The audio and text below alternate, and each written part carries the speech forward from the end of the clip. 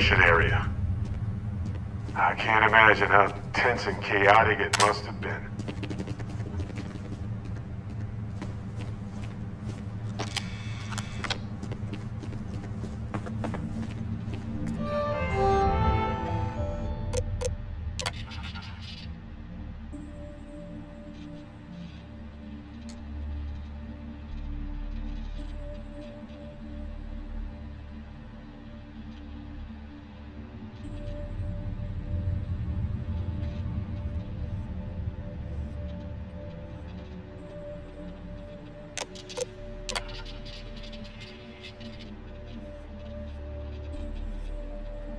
Station log.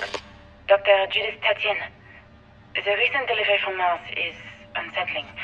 I was expecting rock samples or maybe fossils of microbial life. Instead, Dr. Victor Isa comes with 2 members of the military. Everything they brought back is under wraps. What could a theoretical physicist need with a sample from Mars? Station log. Dr. Judith Tatien. I've been trying to cozy up to Dr. Isa, Victor, to see what is going on. His team has completely commandeered one of the labs with those 2 military handlers, checking who comes in and out. I joked that maybe he found a little gray man and was doing an autopsy, and he grew very pale. 2 days later, he sends me a request asking for more information on my background in material science, metallurgical engineering. We have a meeting tomorrow. I think I'm being invited into the lab. Station log. Dr. Judith Tatien. I have never been so nervous since I defended my dissertation. 4 hours talking to Victor and his team about theoretical metals, atomic bonding, even a half-hour divergence into magnetism that I'm pretty sure was just to throw me off the trail of what we were actually talking about. Then, I got to see the lab. I don't know how much I should say, but the periodic table just got thrown out the window.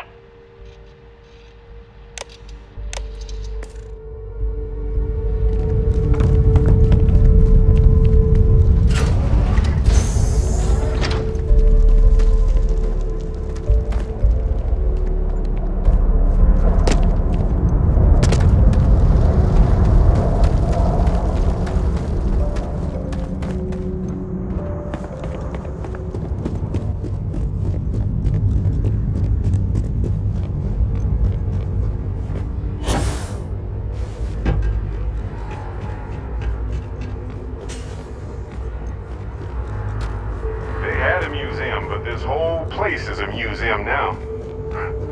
Anyway, looks like an exit at the end of the hall.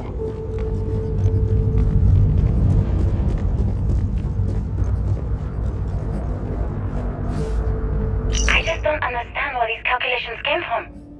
There's something wrong with the math? I think it's quite straightforward. That's not what I'm asking. We've had no success extracting even a sample of material from the object. No explanation for the gravitational effects, no motion graph to explain its harmonic frequencies. I can't even establish a melting point. Judith. But you've had me building these prototype colliders for months. And now you want me to pump helium-3 into it based on this equation you've written on a goddamn napkin? I just need you to trust me. I have been trusting you. We keep slamming our heads against a brick wall, getting nothing. And you keep coming up with something new to try, like you know what's going to happen. Where are you getting your information, Victor? I'm sorry, Judith. Look, not here, okay? Somewhere off base. I'll tell you everything. But I'm not lying, okay? We're going to discover something important here. I promise.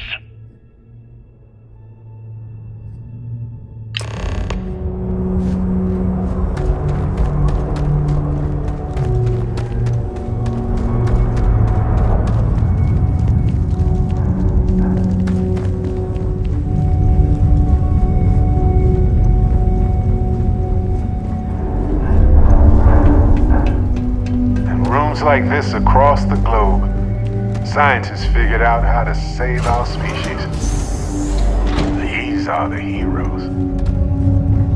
The final days of humanity on Earth must have been a special sort of hell for hopeful scientists.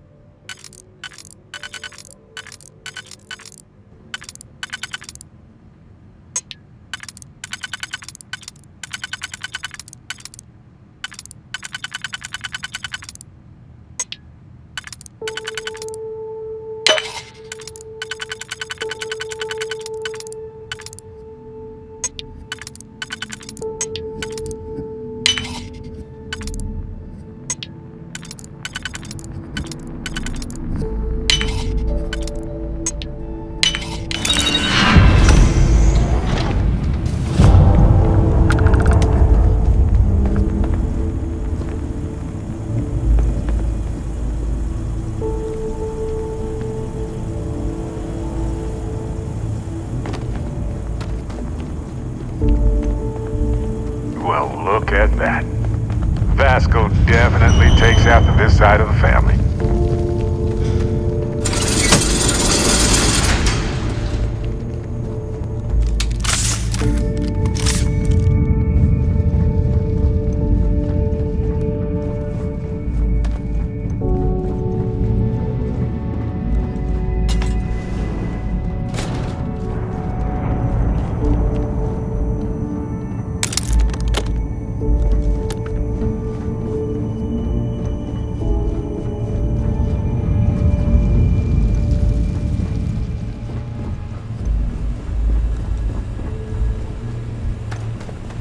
Imagine if they hadn't been able to convince people to invest this much. I wonder if humanity would still be here.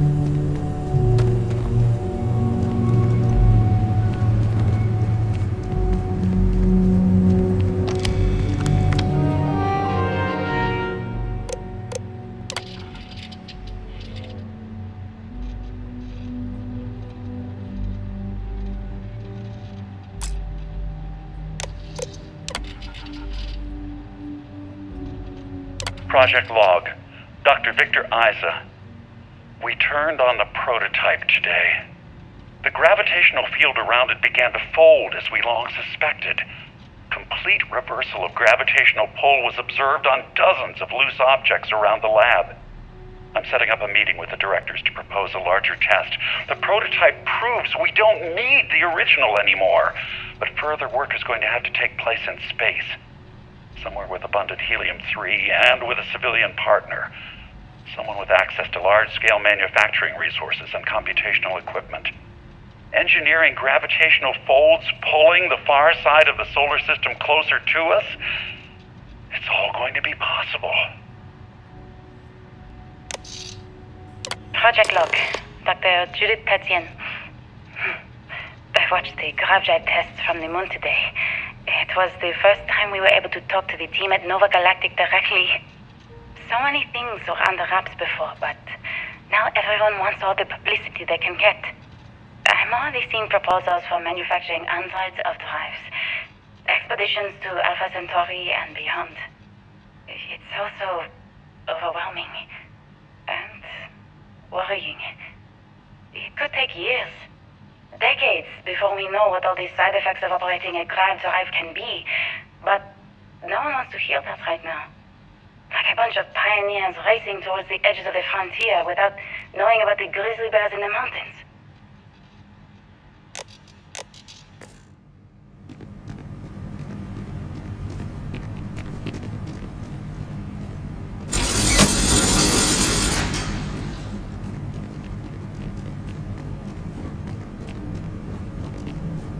The artifact isn't far now.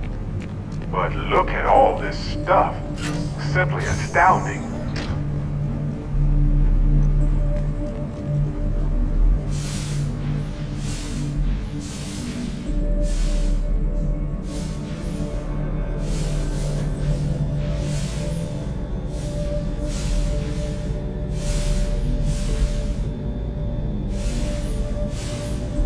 Ours now.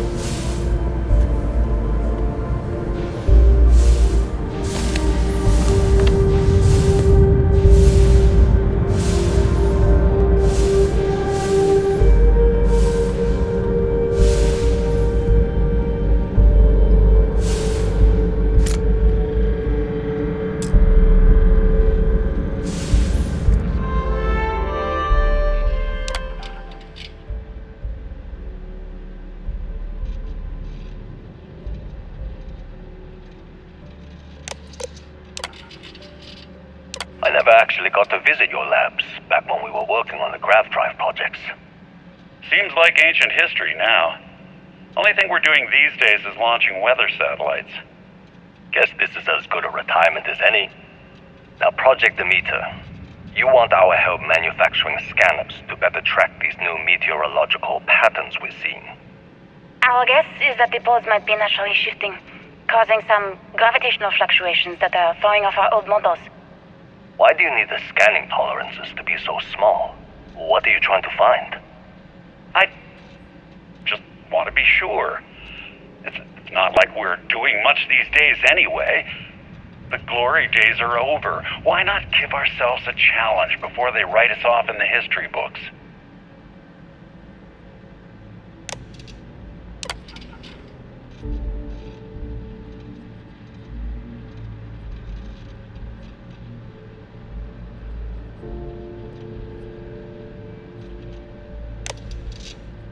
I know what I'm seeing, Victor.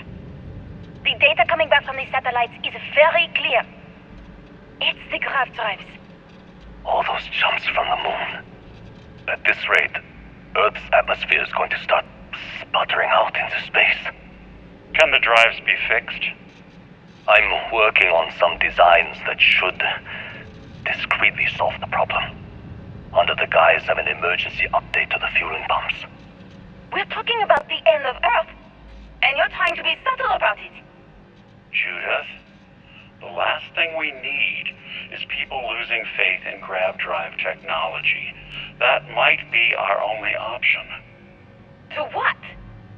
Are you seriously saying we should abandon Earth? The timeline is under 50 years. A blink of an eye for a planet, but more than enough time for a human exodus. And what do we tell people? We say it's an act of God, one that science has found a solution for. Time for humanity to take its place in the stars. You knew, didn't you? You lied to me. All this time, I dedicated my life to this discovery, Victor. And you knew we were going to kill off our planet? You haven't seen the future I've seen. There's an infinite expanse of promise out there. A meteor could hit Earth, a plague, another world war. Colonizing other galaxies secures humanity's future for all coming generations, across all time. At the expense of our home. Stop it, both of you. All that matters is building enough ships to get everyone off this planet. And we need to start now. I'll draft up a statement. We'll need to address the entire international community. I'm sorry, Judith. There isn't a planet in this universe that will be far enough away from you, Victor. We are never speaking again after this is over.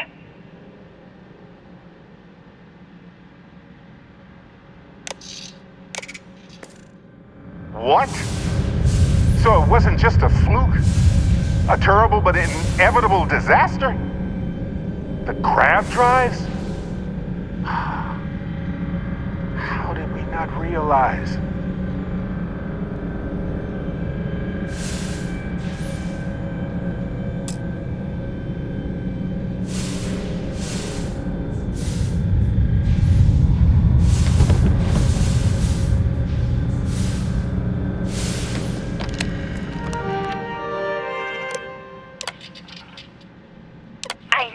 What I'm seeing, Victor. The data coming back from the satellites is... My name is Dr. Victor Isa. And if you're listening to this, then you probably already know the truth. I was young when I first headed the retrieval team of an odd gravitational anomaly on Mars. But I kept what really happened that day hidden from everyone except one other person. Even she didn't believe me at first. But I have no reason to lie to anyone now, so I hope you'll accept this confession, whoever you are. When I touched the anomaly, I experienced 12 days of lost time. I met myself. He told me everything that has since come true. The grav drive equations, the tests on the moon, Earth's atmosphere sputtering away because of what we had done. But he also told me about a city thriving on a planet orbiting a distant star. Human culture, art, music, lifestyles evolving and shining brightly across all of space. What price would I be willing to pay for that future? Maybe you don't believe me. Maybe Judith was right and I'm just a coward who wants to believe his mistakes were justified. But everyone has forgotten about the real origins of the grav drive, this artifact from Mars. I hope you make better use of it than I did.